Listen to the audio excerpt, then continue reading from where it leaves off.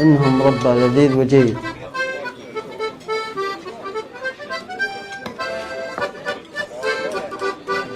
بس حط لي خياره واحده تحت كلش في القوع ما بيتبين، وفوق حط لي 3 قطع شيبس شي صفهم بين بعض. هو عارف لو دخل في كذا حاجه مع السخونه بتاعت العيال.